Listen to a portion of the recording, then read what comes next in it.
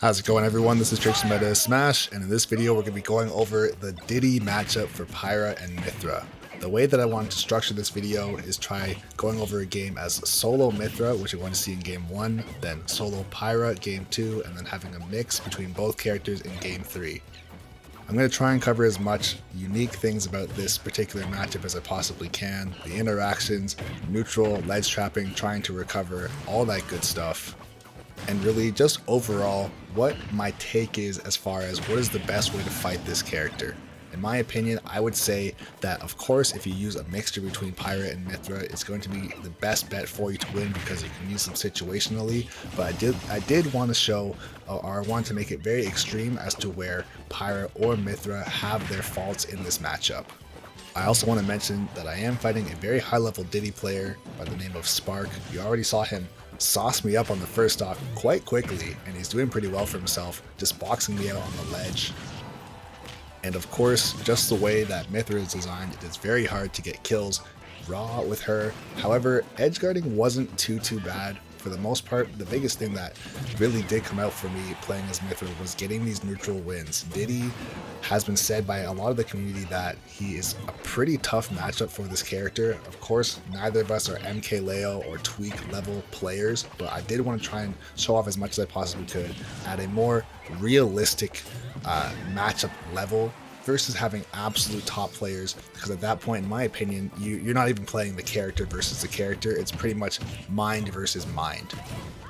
So for anybody who is trying to take something away from these games, I would say, I'm not going to say that you're going to learn more from lower level play than absolute top level play, but also you have to keep in mind the level of respect that absolute top players have for each other and how much that actually factors into their decision making. So one thing I do really want to point out that I thought that I did really well, and you're going to see it in the future games as well, is spacing my back air with both Pyra and Mythra. In my opinion, it is their best move as far as trying to poke in neutral. You can of course run up and go for down tilts or forward tilts, or even go for dash attack, but landing that back air as a bait and punish option, especially for Mythra to get those combos at low percent, and then of course at absolute high percent or kill percent for Pyra to get those kills. It is super safe on shield. She has borderline no landing lag as well. So that is a move that you're going to want to throw into your neutral as much as you possibly can. You notice here, just as I was taking that stock, you saw that I had a little bit of play with the banana, able to get an F smash off. You are able to get a banana toss if you happen to connect it into F smash, having F smash only be frame 14 for Mythra. For Pyra, you would have to try and catch a tech option unless they go for a get up attack right in front of you. So for Mythra, it's more viable to go for a banana toss really into anything in her kit, since she just does have the frame data. But for Pyra, you're probably going to want to go for a forward tilt, down tilt, or you could go for the hard read with a down air into up smash or down air into up air, depending on their percent. I also want to mention that I was doing a pretty decent job of edge guarding him, ledge trapping him, and also juggling him as Mythra, just being able to get there in time. But realistically, I would have preferred to be playing as Pyra at this point in time. Diddy is much lighter, so I don't really need this many neutral exchanges, especially if I am winning them. I would like to try and switch over to Pyra, but you're going to see that later on in the video as well. But one thing, of course, if you're playing against someone who is using a lot of movement to try and bait and punish you, of course, Mythra does have the speed to play in the exact same way, and you're going to see me be able to land an F smash on a down tilt right here at the end to seal up the game. So my thoughts on Mythra in this matchup, solo Mythra is, yes, it is possible, but you do not want to go off stage, because if you happen to get reversed, it is insanely hard to get past this character on the ledge. You don't have a lot of options, and if you try and use your side special to snap to the ledge, banana into down air can destroy you. I was also going to mention as well that this was not the only few games that we played. We played this matchup for about 2 or 3 hours, I'm pretty sure, and I just took the games that had the best or most enriching interactions, just to show you guys what it looks like if you've actually learned the matchup to a pretty solid extent versus just running in and trying this for the first time. If you happen to fight a Diddy in tournament, or you're fighting a friend and you really don't know what to do, this is more so what this video is about versus just doing like a best of 3 or something like that. And so now, of course, we are going to be going into game number 2, which is solo Pyra. And in my opinion, I actually found that this game was easier than solo Mythra, just because of two things. Of course, Pyra hitting way harder, but also the importance that I put into spacing my aerials as well as I possibly can. You'll notice that when I'm going for my aerials, more often than not, it's going to be nair or back air, and I'm either crossing up his shield or I am very slightly clipping his shield. So if he does happen to jump out of shield or try and push towards me, if I have that back air ready, he is going to get hit, and of course, having a disjoint, there's nothing he can really do to challenge it. So right there, for example, that's a good example of throwing out those back airs just to test him and say, hey, if you try and push towards me, you're going to get hit by this back air and take a ton of damage that you don't really deserve to take. And right here, unfortunately, I do happen to SD, and I want to mention just as a side note, if you ever do want to use Blazing End to recover, make sure you throw it first. I went for my double jump first, then Blazing End, and tried to air dodge at the end. Unfortunately, SD'd. I could have made that back, but it kind of is what it is. You have to roll with the punches. I also do want to mention too that Blazing End is a pretty decent neutral tool. However, if you become too predictable with it and they start jumping over you, then you can find yourself in trouble. One thing that is nice about Blazing End is that if he happens to throw the banana can go through Blazing End, but it won't clank or anything like that. But now the banana is on your side of Blazing End. So he has to wait for Blazing End to end and then run in and either try and punish you or try and grab the banana.